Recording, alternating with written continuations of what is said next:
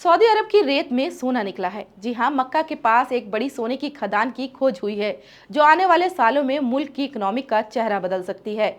मक्का इलाके के अलकुरमा में मौजूद उरूक नामक इलाके में ड्रिलिंग के दौरान सोने के बड़े भंडार का पता चला है।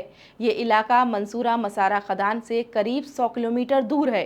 शुरुआती सर्वे के मुताबिक इस इलाके की हर एक चट्टान में 10.4 से लेकर 20.6 मिलियन तक सोना मिलने के इम्कान हैं। इस खोज के बाद सऊदी की खनन कंपनी माडेन ने करीब 25 किलोमीटर तक खुदाई का फैसला लिया है, जो जबल अल गदरा से बीर अल तवीला तक फैला है।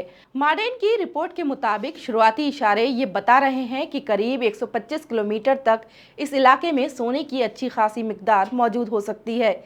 इससे पहले माडेन की मंसूरा खसारा खदान में 7 मिलियन औसत सोना दर्ज किया गया है, जहां हर साल 2.5 लाख औसत से ज्यादा सोना निकाला जा रहा है। माडेन में पब्लिक इन्वेस्टमेंट फंड PIF की 67% हिस्सेदारी है, जिससे ये खोज सऊदी अरब की विजन 2030 मंसूबे के लिए एक बड़ी कामयाबी मानी जा रही है। ये मंसूबा मुल्क को तेल पर निर्भरता से बाहर निकालकर एक मुख्तलिफ और टिकाऊ इकोनॉमी की ओर ले जाने की कोशिश है। सोने की इस खोज से सऊदी अरब आने वाले सालों में गोल्ड प्रोडक्शन में दुनिया के बड़े मुल्कों की लिस्ट में शामिल हो सकता है। इससे सऊदी अरब को रेवेन्यू, इन्वेस्टमेंट और रोजगार तीनों सतहों पर फायदा होगा।